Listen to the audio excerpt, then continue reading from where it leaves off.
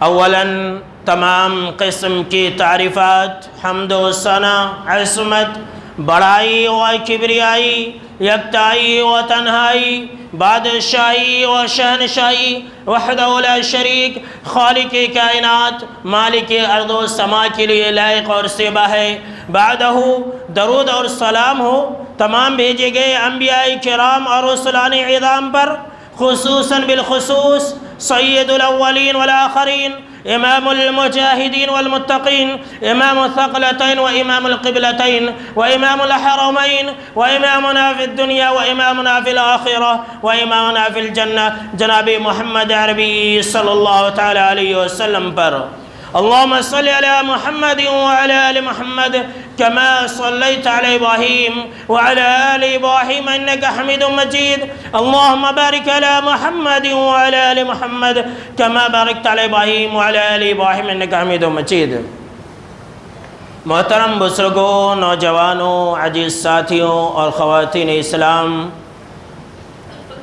جیسا کہ ہم اور آپ جانتے ہیں کہ آج یوم عاشوراء ہے، آج 10 محرم الحرام ہے، اور آج کے دن سیدنا حسین رضی اللہ تعالی عنہ کے نام پر نہ جانے کیسے خرافات انجام دیے جاتے ہیں۔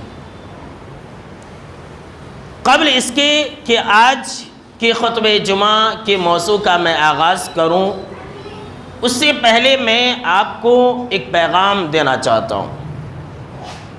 وہ یہ ہے کہ آج جب یوم عاشوراء ہے تو یوم عاشوراء ہمیں کیا پیغام دیتا ہے، اس کو جاننا بہت ہی زیادہ ضروری ہے۔ یوم عاشوراء کے اندر 10 محرم الحرام کے اندر ہمارے لیے کیا پیغام ہے تو جانتے ہیں؟ ہمارے لیے 4 پیغام ہیں آج کے دن کے اندر۔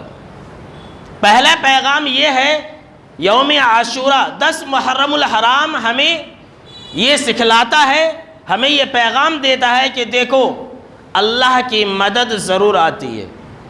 نمبر 1، اللہ کی مدد ضرور آتی ہے۔ نمبر 2، ظالم کا خاتمہ ایک نہ ایک دن ہونا یقینی ہے اور ضروری ہے۔ نمبر 3، ایک مسلمان کو چاہیے کہ وہ ہر حال میں اللہ رب العالمین پر بھروسہ رکھے۔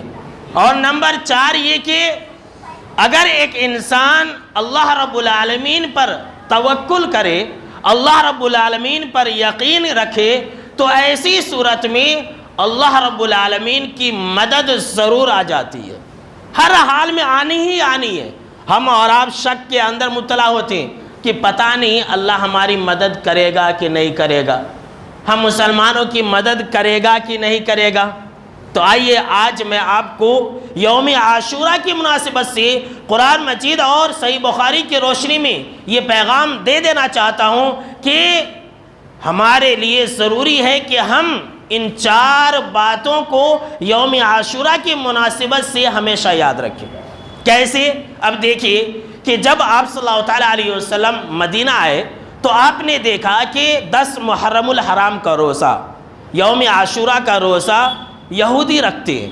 آپ نے یہودیوں سے پوچھا کہ تم اس دن روزہ کیوں رکھتے ہو؟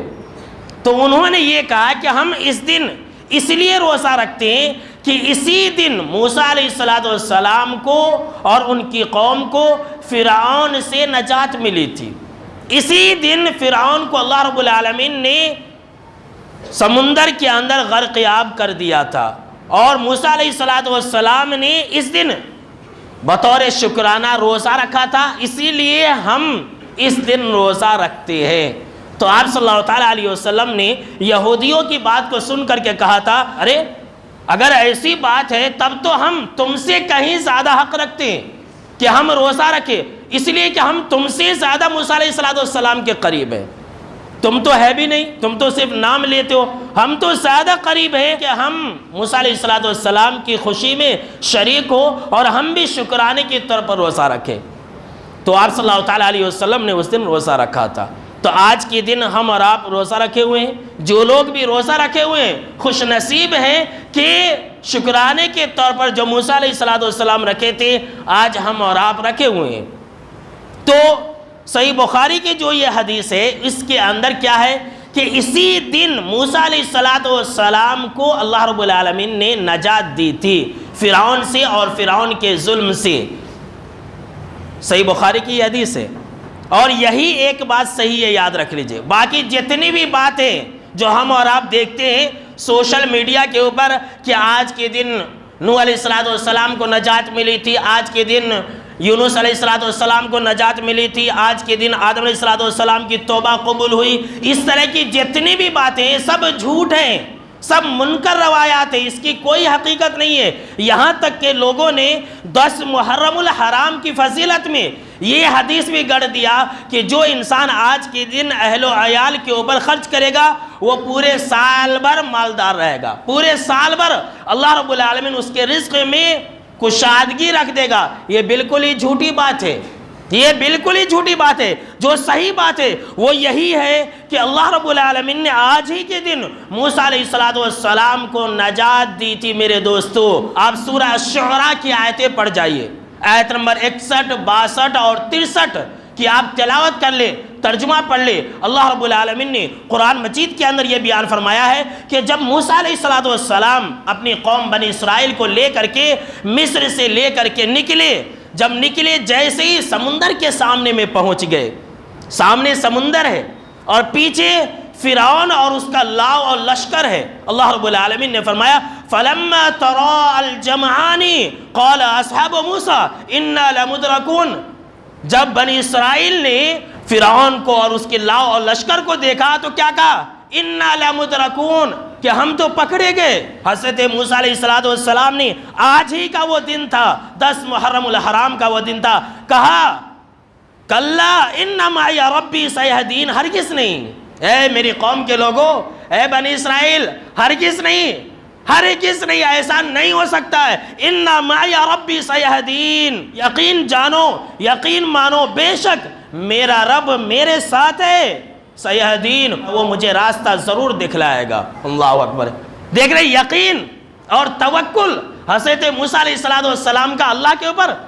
سامنے سمندر ہے، موت نظر آ رہی ہے، سمجھ لیجئے کہ موت ہے، سامنے سمندر ہے اور پیچھے فرعون ہے، سوائے موت کے دوسرا کوئی راستہ نہیں ہے. حضرت موسیٰ علیہ السلام یقین بتلا رہے ہیں، یقین دکھلا رہے ہیں کہ دیکھو ہرگز نہیں، میرا رب میرے ساتھ ہے. کیا ہوا؟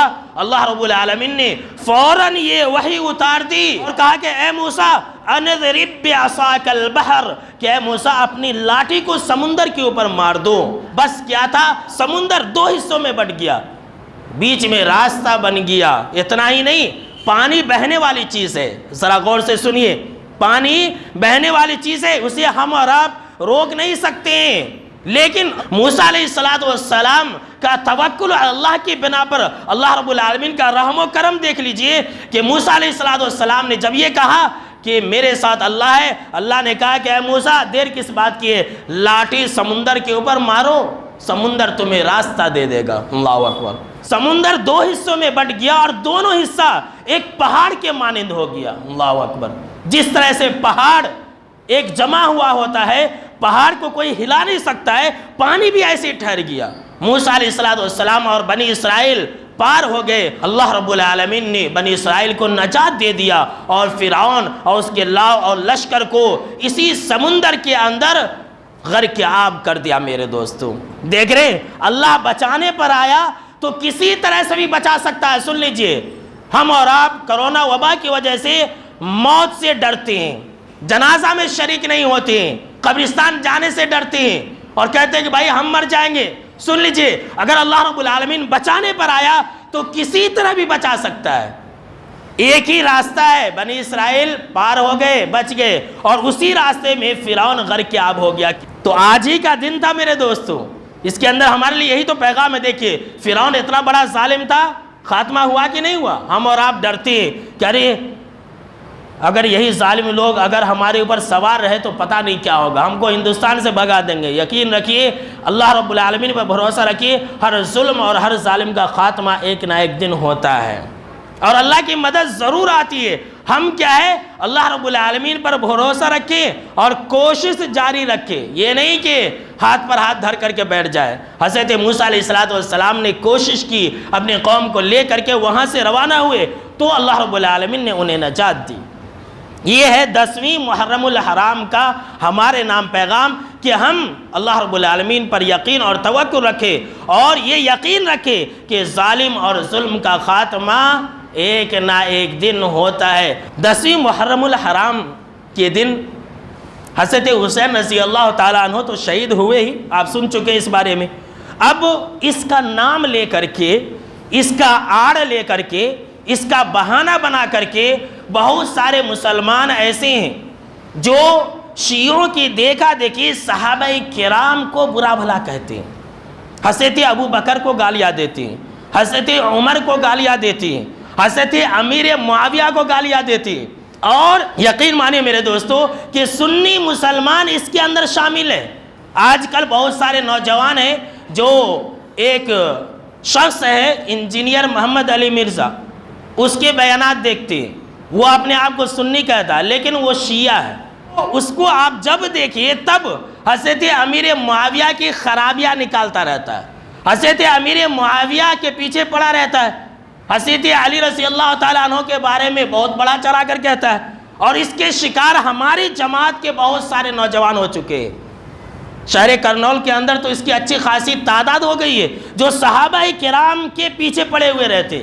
یاد رکھ لیجئے میرے دوستو، اگر آپ کسی بھی شخص کی زبانی کسی بھی صحابہ کرام کے بارے میں کچھ غلط سلط کہتے ہوئے سنتے ہیں تو سمجھ لیجئے کہ اس کے دل میں نفاق ہے، وہ منافق ہے، وہ سنی نہیں ہے، وہ شیعہ ہے، کافر ہے، ملحد ہے، زندیق ہے، اور ایسے لوگوں کے اوپر اللہ رب العالمین کی لعنت برستی رہتی ہے۔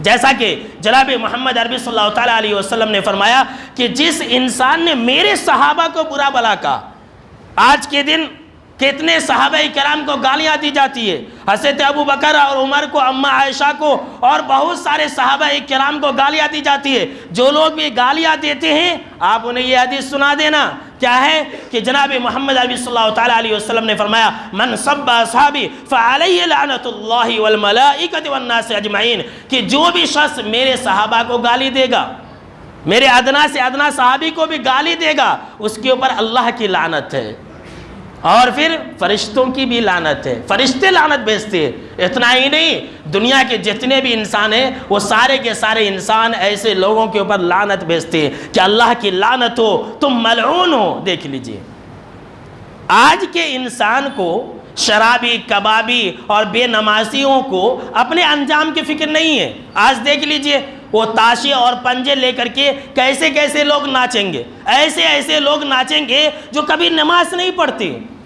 ایسے ایسے لوگوں کے انگ میں یہ عجیب کرشمہ ہے، اور یہ پتہ نہیں کون سی بات ہے، کرامت ہے کہ بے نمازی کے انگ میں حسین آ جاتے کہتے ہیں۔ یہ لیجئے بے نمازی کے انگ میں جو داڑھی موچھ چھلا رہتا اس کے انگ میں حسین آ جاتے، اور آ جانے کے بعد وہ انسان ناچ کرتا۔ استغفر اللہ۔ بھائی صحابہ رسول کبھی ناچے تھے کیا؟ صحابہ رسول کبھی آگ کے اوپر چھلانگ لگائے تھے؟ کبھی آگ کے اوپر چلا کرتے تھے؟ یہ کیا ہے؟ یہ دراصل آل محبت کی آڑ میں یہ خرافات اور بدعات اور حرام چیزوں کو انجام دیا جاتا ہے، اور کہا یہ جاتا ہے کہ اس کے ذمہ دار جو ہے یہ ابو بکر ہے، عمر ہے، عثمان ہے اور امیر معاویہ ہے۔ بھائی یہ لوگ تو ان سے 50 سال 30 سال 40 سال پہلے مر چکے تھے، ان کا ہاتھ کیسے ہوا اس کے اندر؟ اور یقین مانیے میرے دوستو، جو لوگ صحابہ کرام کو برا بھلا کہتے ہیں، حضرت ابو بکر کو برا بھلا کہتے ہیں، عمر کو، عثمان کو، عائشہ کو اور امیر معاویہ کو جو لوگ برا بھلا کہتے ہیں، ان کی مثال جانتے ہیں کیسی ہے؟ خنزیر جیسی ہے، سور کے جیسی ہے۔ جی ہاں، یاد رکھ لیجئے، چاہے وہ کوئی بھی ہو، کیسی ہے؟ سور کے جیسی۔ آپ نے سور کو دیکھا ہوگا، سور کیا کرتا ہے؟ منڈی نیچے جھکا کر کے چلتا ہے، ہر اچھی چیز کو وہ چھوڑ دیتا ہے، بلکہ اچھی چیز کی طرف وہ دیکھتا بھی نہیں ہے، اچھی چیز کی طرف وہ سونگھتا بھی نہیں ہے، اور جہاں گندگی مل جاتی ہے فوراً اس کو اپنا شکار بنا لیتا ہے۔ تو جو لوگ صحابہ کی برائیوں کی کھود اور کرید کرتے رہتے ہیں، صحابہ کی خامیوں کو تلاش کر کے بیان کرتے رہتے ہیں، اس کی مثال ایسی ہی ہے کہ صحابہ کے اتنے فضائل ہیں اس کو چھوڑ دیتے ہیں، اس کو بھلا دیتے ہیں، اور تھوڑی بہت جس کی حقیقت پتہ نہیں کیا ہے، جو کہنے والوں کو بھی معلوم نہیں ہے، کبھی کسی کتاب کے اندر ایسا ہے، کسی کتاب کے اندر ایسا ہے، اس کی نہ صحیح سمجھ ہے، نہ صحیح سے پڑھنے کی طاقت ہے، اور ایسے لوگ اس کو بیان کرتے ہیں۔ یہ سوروں کی جیسے مثال ہے۔ اگر آپ کو یقین نہ ہو میرے دوستو، آپ قرآن مجید اٹھا لیجئے، سورہ فاتحہ سے لے کر کے سورہ ناس تک آپ پڑھ جائیے، 300 پاروں کو آپ ترجمہ کے ساتھ پڑھیے، کوئی ایسا پارہ نہیں ہے جس کے اندر صحابہ کرام کے فضائل کا ذکر نہ ہو۔ اللہ اکبر۔ کوئی پارہ ایسا نہیں ہے جس کے اندر صحابہ کرام کی خوبیوں کا تذکرہ نہ ہو، جس کے اندر صحابہ کرام کی اچھائیوں کا ذکر خیر نہ ہو، کوئی پارہ ایسا نہیں ہے۔ ہر پارے کے اندر اللہ رب العالمین نے صحابہ کرام کے فضائل و مناقب کو بیان فرمایا۔ میرے دوستو، اب مثال کے طور پر جو پہلا پارہ ہے الف لام میم ہے، آپ اس کا دوسرا صفحہ پلٹیے۔ صحابہ کرام سے اللہ کو کیسی محبت تھی، آپ ذرا یہ بات سنیے۔ صحابہ کرام کو لوگوں نے، منافقوں نے یہ کہا کہ یہ لوگ بیوقوف ہیں، ہم جو ہے ان لوگوں کی طرح ایمان لائے جو لوگ بیوقوف ہیں، یہ منافقوں نے کہا۔ تو اللہ رب العالمین نے صحابہ کرام کا دفاع کیا اور کہا کہ اللہ کے نبی اکرم و مکرم صلی اللہ تعالیٰ علیہ وسلم کہ الا انہم الصفا ولکن لا یعلمون، کہ جو صحابہ کو بیوقوف کہتے ہیں وہی بیوقوف ہے۔ دنیا کا سب سے بڑا بیوقوف اور پاگل انسان وہ ہے جو صحابہ کرام کو بیوقوف کہے لیکن وہ جانتے نہیں ہیں۔ گویا کہ جو صحابہ کرام کو برا بھلا کہے گا وہ سب سے بڑا جاہل اور بیوقوف انسان ہوگا، لیکن اسے یہ بات نہیں معلوم ہوگی۔ اسی طرح سے منافقوں نے ایک مرتبہ صحابہ کرام کو کہا کہ یہ لوگ ذلیل ہیں، یہ لوگ ذلیل ہیں، ہم ان کو مدینہ سے نکال دیں گے۔ اللہ رب العالمین نے کہا وَلِلَّهِ الْعِزَّةُ وَلِرَسُولِهِ وَلِلْمُؤْمِنِينَ، کہ اصل ذلیل تو منافقین ہیں، اصل ذلیل وہ لوگ ہیں جو صحابہ کرام کو ذلیل کہتے ہیں۔ صحابہ کرام تو عزت والے ہیں۔ اللہ اکبر۔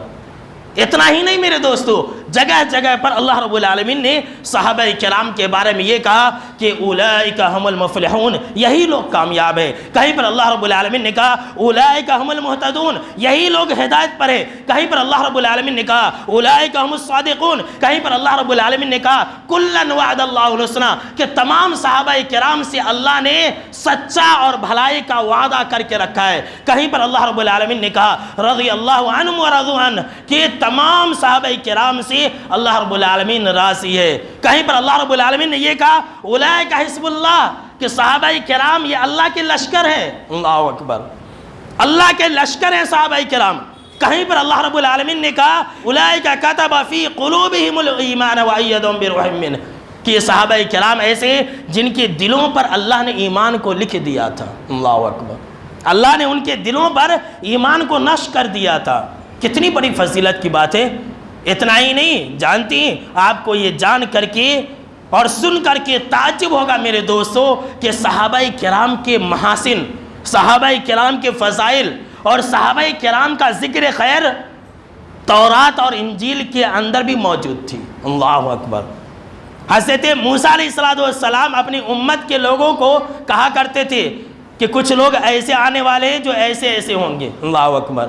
حضرت عیسیٰ علیہ السلام اپنی امت کے اندر جناب محمد عربی صلی اللہ تعالیٰ علیہ وسلم کے ساتھیوں کا ذکر خیر کیا کرتے تھے، اور اس بات کی گواہی قرآن مجید دے رہا میرے دوستو۔ اللہ نے فرمایا مَثَلُهُمْ فِي التَّوْرَاةِ وَمَثَلُهُمْ فِي الْإِنْجِيلِ، کہ صحابہ کرام کی مثالیں اور صحابہ کرام کی خوبیاں اللہ رب العالمین نے تورات اور انجیل کے اندر بھی بیان کی تھی۔ اللہ اکبر۔ اچھا، آگے بڑھنے سے پہلے میں آپ کو اسی آیت کے اندر ایک بات کا ذکر ہے، اس کی روشنی میں ایک پتے کی بات بتا دینا چاہتا ہوں۔ اس آیت کے اندر اللہ رب العالمین نے فرمایا ہے کہ لِيَغِيظَ بِهِمُ الْكُفَّارِ، کہ صحابہ کرام کی مثال جیسا کہ ابھی آپ نے سنا کہ تورات اور انجیل کے اندر ان کی خوبیوں اور ان کے محاسن کا ذکر تھا۔ اس کے بعد اللہ رب العالمین نے صحابہ کرام کی مثال کھیت سے دی ہے کہ صحابہ کرام کی مثال اس کھیت کی مانند ہے جو شروع میں کمزور ہوتا ہے اور پھر بعد میں آنے کو وہ کھیت طاقتور ہو جاتی ہے۔ صحابہ کرام کی بھی مثال ایسی ہی تھی، شروع میں کمزور تھے، پھر بعد میں طاقتور ہو گئے، اتنے طاقتور کہ پوری دنیا کے خلیفہ بن گئے، پورے دنیا کے بادشاہ بن گئے۔ یہ تھی ان کی طاقت اور قوت۔ اس کے بعد اللہ رب العالمین نے کہا لِيَغِيثَ بِهِمُ الْكُفَّارَ، ایسا اس لیے تاکہ کفار کو اللہ رب العالمین غیظ اور غضب میں مبتلا کرے۔ گویا کہ صحابہ کرام سے چڑ اور نفرت انہی کو ہوتا ہے جن کے دلوں میں کفر ہوتا ہے۔ سن لیجئے، اب آپ جو ہے یہ اصول یاد رکھ لیجئے، آپ فیس بک کے اوپر کسی کو کچھ کہتے ہوئے سنتے ہیں، یوٹیوب کے اوپر کسی کو کچھ کہتے ہوئے سنتے ہیں، تو یقین مانیے کہ وہ اپنے دل کے اندر کفر چھپائے ہوا ہے۔ جی ہاں، اس لیے کہ وہ صحابہ کرام سے چڑھتا ہے، صحابہ کرام کی خوبیاں اسے پسند نہیں ہے، صحابہ کرام کی اچھائیاں اسے پسند نہیں ہے۔ صحابہ کرام رضوان اللہ تعالیٰ علیہم اجمعین جو جنت میں چلے گئے، اللہ نے انہیں معاف فرما دیا، ان کی تمام غلطیوں سے درگزر کر لیا، یہ چیز اسے پسند نہیں ہے۔ اللہ اکبر، کتنی بڑی بات ہے میرے دوستو۔ لہٰذا پتہ یہ چلا میرے دوستو کہ صحابہ کرام ایک ایسی مقدس جماعت ہے جن سے اللہ رب العالمین کو محبت تھی اور آپ صلی اللہ تعالیٰ علیہ وسلم کی بھی محبت تھی۔ اسی لیے جانتے ہیں آپ صلی اللہ تعالیٰ علیہ وسلم نے فرمایا کہ صحابہ کرام سے وہی محبت کرے گا جو مومن ہوگا، اور وہی بغض رکھے گا، وہی نفرت کرے گا جو منافق ہوگا۔ جی ہاں، سن لیجیے، جو منافق ہوگا، ابھی آپ نے کفر کا بھی ذکر سنا اور یہاں پر نفاق کا بھی ذکر ہے، تو آج کے دن اگر آپ یہ سنتے ہیں کہ کوئی شخص صحابہ کرام کو گالی دے رہا ہے، امیر معاویہ کو گالی دے رہا ہے، اس کے دل میں کفر ہے اور اس کے دل میں نفاق ہے۔ اور آج کل کے لوگوں کو کیا ہو گیا ہے، آج کے 14ویں صدی کا مسلمان ہے، اسے اپنے انجام کی فکر نہیں ہے، جہنم میں ہے کہ پتہ نہیں کیا ہے، اس کے دل میں ایمان ہے یا نہیں ہے۔ ایسے لوگوں کے بارے میں زبان کھول رہا ہے جس کی جنت ہونے کی سرٹیفکیٹ اللہ رب العالمین نے دی ہے۔ اللہ اکبر، سوچئے کیسا خطرناک ہے۔ ایسے لوگوں کے بارے میں زبان کھول رہا ہے جس کے بارے میں سعید بن زید رضی اللہ تعالیٰ عنہ نے کہا کہ کسی بھی صحابی کا آپ صلی اللہ تعالیٰ علیہ وسلم کے ساتھ ایک لمحہ جنگ میں گزارنا، جنگ کرنے گئے، غزوہ کرنے گئے، ایک لمحہ گزارنا، ایک دن گزارنا، کہا کہ اس انسان کی زندگی بھر کے نیک اعمال سے بہتر ہے جو ایک انسان اپنی پوری زندگی میں کرتا رہے، اگرچہ اسے حضرت نوح علیہ السلام کے برابر ہی عمر کیوں نہ دے دیا جائے۔ اللہ اکبر، حضرت نوح علیہ السلام کی عمر کتنی تھی؟ 1000 سال۔ 1000 سال کے برابر بھی اگر کسی انسان کو زندگی ملے اور وہ نیک اعمال کرتا رہے، حج پر حج کرتا رہے، عمرہ پر عمرہ کرتا رہے، اور جتنے بھی نیک اعمال کوئی نہ چھوڑے، پھر بھی ایک صحابی رسول جو تھوڑی دیر آپ صلی اللہ تعالیٰ علیہ وسلم کے ساتھ جنگ کے اندر اور غزوہ کے اندر شریک تھے، اس کا مقابلہ نہیں کر سکتا ہے۔ اللہ اکبر۔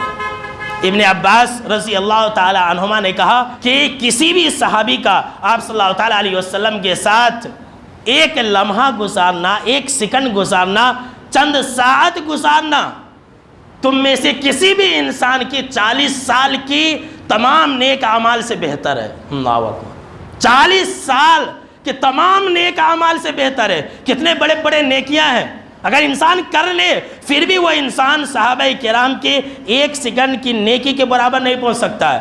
اور ابن عمر رضی اللہ تعالیٰ عنہ نے اسی بات کو اس طرح سے کہا کہ کسی بھی صحابہ رسول کا آپ صلی اللہ تعالیٰ علیہ وسلم کی معیت میں ایک لمحہ گزارنا، ایک سیکنڈ گزارنا، تم میں سے کسی بھی انسان کی اس کی تمام زندگی بھر کے نیک اعمال سے بہتر ہے۔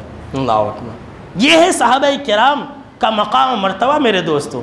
اتنا ہی نہیں، صحابہ کرام رضوان اللہ تعالیٰ علیہم اجمعین کا جو مقام و مرتبہ ہے، ایک حدیث سن لیجئے، جناب محمد عربی صلی اللہ تعالیٰ علیہ وسلم نے فرمایا، بہت ہی مشہور اور معروف حدیث ہے بخاری اور مسلم کے حوالے سے، کہ آپ صلی اللہ تعالیٰ علیہ وسلم نے فرمایا لا تسبوا اصحابی فوالذی نفسی بیدہ لو ان احدکم انفق مثل احد ذہبا۔ آپ صلی اللہ تعالیٰ علیہ وسلم نے فرمایا کہ تم لوگ میرے صحابہ کو برا بھلا نہ کہا کرو۔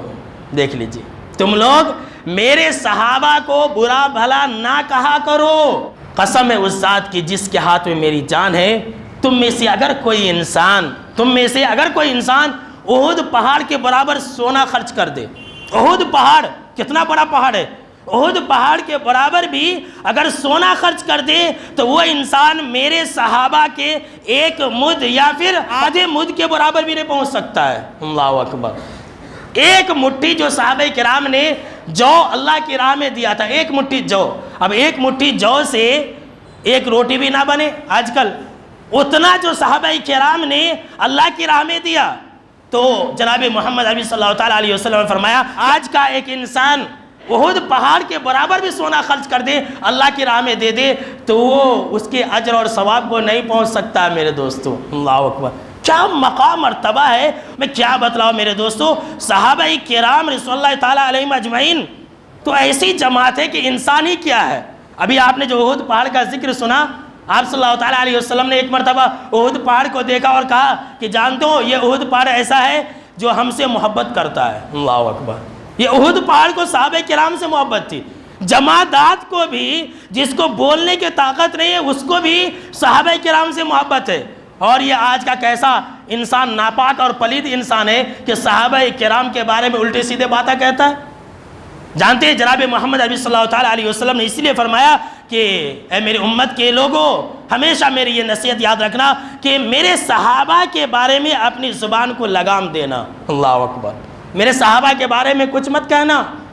اور جب تک صحابہ تھے آپ صلی اللہ تعالیٰ علیہ وسلم کی امت کے اوپر کوئی فتنہ نہیں آیا تھا۔ یہ صحیح مسلم شریف کے اندر ہے، آپ صلی اللہ تعالیٰ علیہ وسلم نے فرمایا کہ جس طرح سے تارے آسمان کی حفاظت کے لیے اور آسمان کے امن و امان کے لیے، میں اپنے صحابہ کے لیے امن و امان کی طرح ہوں۔ جب تک میں زندہ ہوں صحابہ کے اوپر کوئی مصیبت نہیں آئیں گی، جیسے ہی میں انتقال کر جاؤں گا تو میرے صحابہ کے اوپر وہ مصیبتیں آ جائیں گی جو اللہ رب العالمین نے ان کے اوپر لکھ دی ہے۔ اللہ اکبر۔ اور جب صحابہ انتقال کر جائیں گے، آپ صلی اللہ تعالیٰ علیہ وسلم نے فرمایا کہ جیسے ہی صحابہ اس دنیا سے چلے جائیں گے تو میری امت کے اوپر وہ ساری چیزیں آ جائیں گی جو ان سے وعدہ کیا گیا ہے۔ جب تک آپ صلی اللہ تعالیٰ علیہ وسلم زندہ تھے کوئی فتنہ نہیں تھا، جیسے ہی آپ صلی اللہ تعالیٰ علیہ وسلم انتقال کر گئے صحابہ کے اوپر فتنے ٹوٹ پڑے۔ حضرت عمر کو شہید کیا گیا، حضرت عثمان کو شہید کیا گیا، حضرت علی کو شہید کیا گیا، حضرت حسن اور حسین رضی اللہ تعالیٰ عنہ اجمعین کو شہید کیا گیا۔ اور پھر جیسے ہی صحابہ چلے گئے، اس دنیا سے رخصت ہو گئے، تو کیا ہوا؟ اس امت کے اندر افتراق پیدا ہو گیا۔ یہ امت اختلاف کے اندر مبتلا ہو گئی، طرح طرح کے بدعات اور خرافات نے اس امت کے اندر جنم لے لیا۔ جب تک صحابہ کرام زندہ تھے اس امت کے اندر کوئی اختلاف نہیں تھا، کوئی بدعات اور خرافات نہیں تھے۔ صحابہ کرام چلے گئے، یہ امت 73 فرقوں میں بٹ گئی۔ صحابہ کرام کی کن کن خوبیوں کا میں ذکر کروں میرے دوستو؟ صحابہ کرام رضوان اللہ تعالیٰ علیہم اجمعین کے بارے میں آپ یہ بات یاد رکھ لیں کہ اللہ رب العالمین نے ان کی تمام لغزشوں کو، تمام خطاؤں کو معاف فرما دیا۔ اصحاب بدر کے بارے میں جو 313 تھے، ان کے بارے میں آپ صلی اللہ تعالیٰ علیہ وسلم نے فرمایا کہ اے 313 کی جماعت، اب آئندہ سے تمہیں جو جی میں آئے کرو، اللہ نے تم سب کو معاف فرما دیا ہے۔ اللہ اکبر۔ آج کا کوئی انسان ایسا کر سکتا ہے کہ تیر نہیں ہے، تلوار نہیں ہے اور اسلام کو بچانے کے لیے کافروں کے سامنے چلا جائے؟ ہے کوئی مائی کا لال؟ جو لوگ صحابہ کرام کو برا بھلا کہتے ہیں وہ لوگ ایسا جذبہ دکھا سکتے ہیں؟ لیکن صحابہ کرام نے ایسا کیا ہے کہ لڑنے کے لیے ہتھیار نہیں ہے لیکن اپنی جان گنوانے کے لیے چلے گئے اللہ اس کے رسول صلی اللہ تعالیٰ علیہ وسلم کے ایک اشارے پر، ایک حکم پر۔ اسی لیے اللہ نے کہا کہ تمہارے دلوں کو ہم نے جانچ لیا ہے، تمہیں کچھ عمل کرنے کی ضرورت نہیں ہے، تمہیں جو جی میں آئے کر لو، اللہ رب العالمین نے تمہیں جنت دے دیا، اللہ رب العالمین تم سے راضی ہے۔ اب آئیے میں آپ کو یہ بتلا دوں کہ کبھی آپ نے یہ سوچا کہ صحابہ کرام کو برا بھلا کیوں کہا جاتا ہے؟ یہ جاننا بہت زیادہ ضروری ہے، یہ سب سے زیادہ اہم ہے۔ آخر کیا وجہ ہے کہ ابو بکر کو لوگ جو ہے گالی دیتے؟ آخر کیا وجہ ہے کہ حضرت عمر کو لوگ گالی دیتے؟ آخر کیا وجہ ہے کہ اماں عائشہ کو گالی دیتی؟ آخر کیا وجہ ہے کہ لوگ امیر معاویہ کو گالی دیتے ہیں؟ تمام صحابہ کرام کو گالیاں کیوں دیتے ہیں؟ پہلا سبب یہ ہے کہ ایک آدمی نے اماں عائشہ رضی اللہ تعالی عنہا سے پوچھا، ذرا غور سے سنیے گا، اماں عائشہ رضی اللہ تعالی عنہا سے پوچھا کہ لوگ جو ہے ابو بکر کو اور عمر کو گالیاں دیتے ہیں، آخر ایسا کیوں ہے؟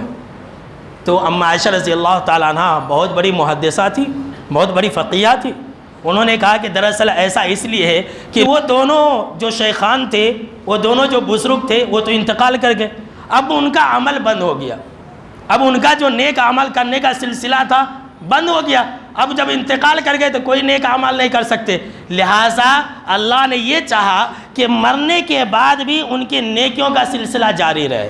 اللہ اکبر۔ اللہ نے یہ چاہا کہ ابو بکر، عمر، عثمان اور علی، جتنے بھی صحابہ کرام ہیں، اللہ نے یہ چاہا کہ مرنے کے بعد بھی ان کے نیکیوں کا سلسلہ جاری رہے، اسی لیے یہ لوگ گالیاں دیتے ہیں اور ان گالیوں کی وجہ سے ان کا مقام و مرتبہ بڑھتا ہے اور یہ لوگ جہنم کی آگ میں جاتے ہیں۔ کیا اللہ کا نظام ہے؟ دیکھ لیجیے، کیا اللہ رب العالمین کا وعدہ ہے ان صحابہ کرام کے لیے؟ آج کے ناپاک اور پلید لوگ گالیاں دیں تو ان کا درجہ بڑھتا ہے اور یہ لوگ جہنم میں جاتے ہیں، ان کا کچھ تھوڑی بال بیکا ہوتا ہے، صحابہ کرام کا کچھ تھوڑی نقصان ہوتا ہے۔ اب ایک انسان ہے امیر معاویہ کو گالی دیتا ہے، امیر معاویہ رضی اللہ تعالیٰ عنہ تو جنتی صحابی ہیں، آپ صلی اللہ تعالیٰ علیہ وسلم کے سالے ہیں، آپ صلی اللہ تعالیٰ علیہ وسلم کی وحی کی کتابت کرتے تھے اور ہمارے اور آپ کے رشتے میں ماموں بھی لگتے ہیں، یاد رکھ لیجئے۔ اب ان کو جو گالی دیتے ہیں تو ان سے کیا فرق پڑتا ہے؟ ان کو بولنے والا جہنم میں اور ان کا مقام مرتبہ اور بڑھتا ہے۔ دوسرا جو سبب میں بتلا رہا ہوں کہ جو صحابہ کرام کو گالیاں دیتے ہیں وہ کس لیے گالیاں دیتے جانتے ہیں؟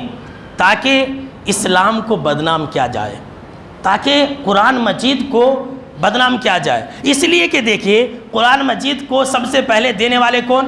صحابہ کرام، ابو بکر، عمر، عثمان۔ اور یہ جو قرآن مجید ہے حضرت عثمان غنی رضی اللہ تعالیٰ عنہ کا جمع کردہ قرآن پوری دنیا کے اندر ہے، وہی پڑھتے ہیں، پوری دنیا والے وہی پڑھتے ہیں، گالیاں دینے والے بھی وہی پڑھتے ہیں۔